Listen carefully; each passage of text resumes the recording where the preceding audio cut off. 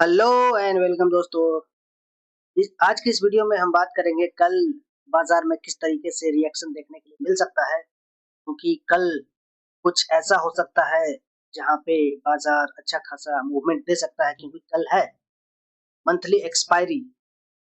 Okay, तो monthly expiry पे बहुत ज्यादा वॉलेटिलिटी दिख सकती है और कल हीरो जीरो भी अ, संभव है, क्योंकि अगर आप 2-3 महीने में देखोगे तो 3 महीने में मंथली एक्सपायरी के पास अगर आप देखोगे कि जिस दिन मंथली एक्सपायरी होता है वहां पे अच्छा खासा वॉलेटिलिटी देखने के लिए मिलती है। और हीरो जीरो जो होता है वो लगभग करीब आपको 2:30 बजे के बाद ही मिलेगा। आखिर ये काम कैसे करता है?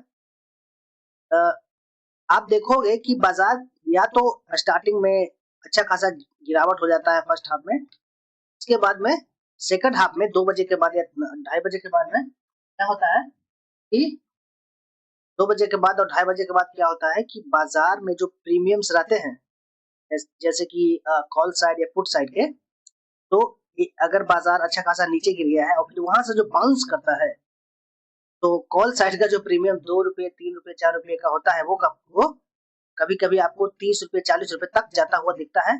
और दूसरी तरफ अगर बाजार नीचे आता है तो जो पुट साइड का जो प्रीमियम है वो 2-3 रुपए 4 रुपए वाला वो अच्छा खासा मूवमेंट दे देता है। तो आपको ये जो मूवमेंट है वो 2:30 बजे के बाद ही मिल सकता है हीरो जीरो। ओके, अब मैं बात करता हूँ कि बाजार किस तरीके से आज बिहेव किया है।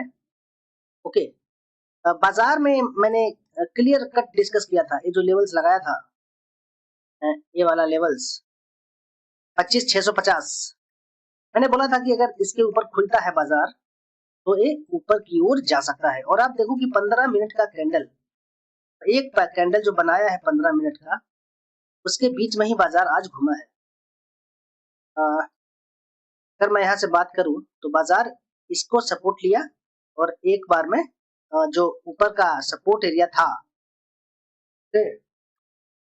ऊपर का जो सपोर्ट एरिया था, आप देखो कि मैंने ऊपर मार्क करके रखा था 25,760 के आसपास, एग्जैक्ट उसी के पास से रिजेक्शंस लिया है। और बाजार ये जो पूरा का पूरा मैं 5 मिनट कैंडल पे देखूं तो जो बाजार में मूवमेंट आया था स्टार्टिंग टाइम में, वो पूरा का पूरा फेजल आउट होते हुए दिखा है। पूरा का पूरा फेजल आउट होते हुए फिर जो सेकंड हाफ में, फिर जो सेकंड हाफ था वहां से बाजार अभी मूवमेंट दिया था, जो करीब अ, मैं बोलूँ तो 2 बजे के बाद में मूवमेंट आया था अच्छा खासा।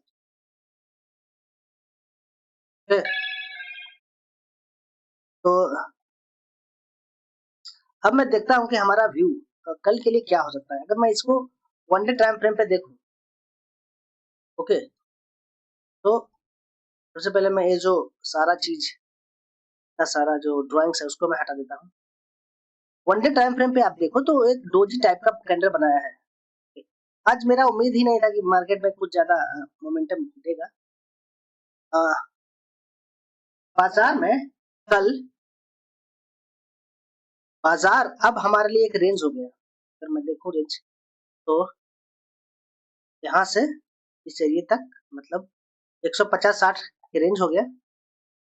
ओके, अगर बाजार आइदर साइड में कल मंथली एक्सपायरी पे या तो ऊपर या तो नीचे जाता है तो एक अच्छी खासी हीरो जीरो ट्रेड मिल सकता है। डिपेंड करेगा कि बाजार खुलता कहाँ पे है। अगर बाजार अ, मैं यहाँ पे फिर से 15 मिनट कैंडल पे जाऊंगा,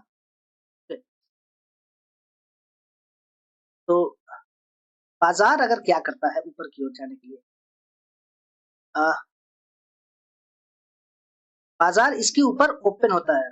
जो प्राइस आज का हाई है 25,760 के ऊपर खुलता है और बाजार क्या करता है कि बाजार या तो डायरेक्ट ऊपर चला जाए और ये जो रेसिस्टेंट एरिया है 25,890 वहां पे टच कर दे।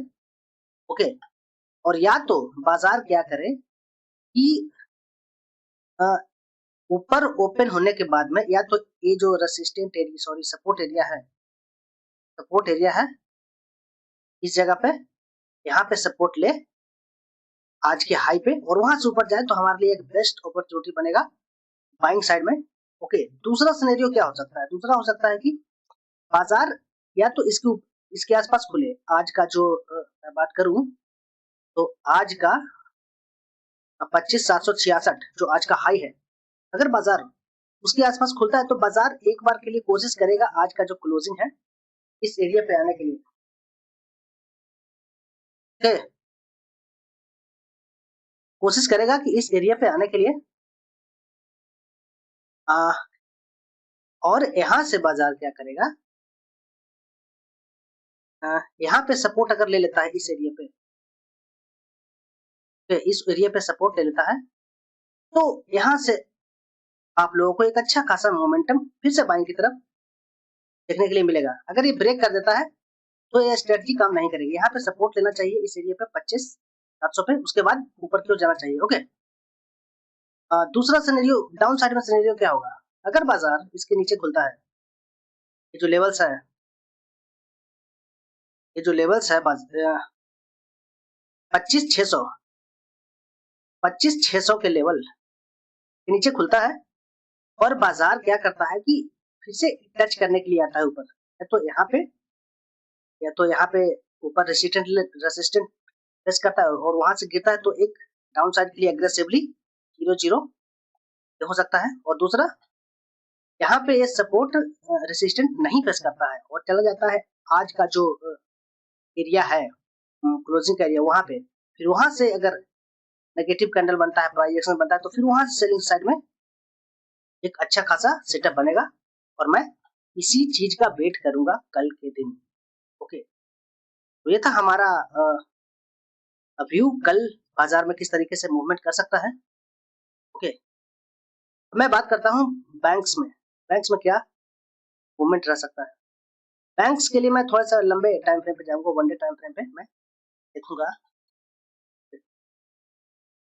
तो बैंक्स में मुझे ज्यादा मूवमेंट नहीं दिख रहा है, इसका कोई ज्यादा पैटर्न भी नहीं दिख रहा है। मुझे बैंक्स में ऊपर की ओर मूवमेंट दिख रहा है। जिस तरीके से 2 दिन पॉजिटिविटी बैंक में है, ऐसा मैं एक्सपेक्ट कर रहा हूँ कि कल अगर अच्छा खासा मार्केट जाता है ऊपर की ओर, ये जो लेवल है 61,760, वहां तक बैंक्स आराम से जाते हुए दिखेंगे। अगर बाजार आज का जो क्लोजिंग है, अगर मैं बात करूं, ये जो एरिया,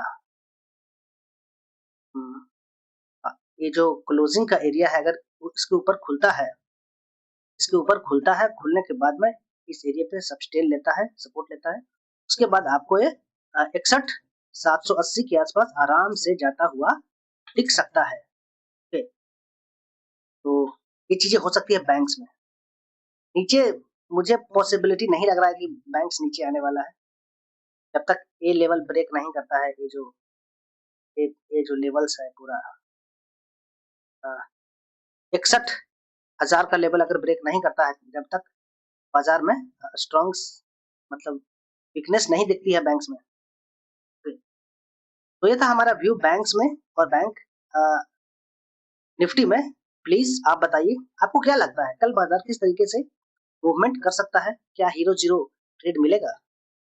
ओके,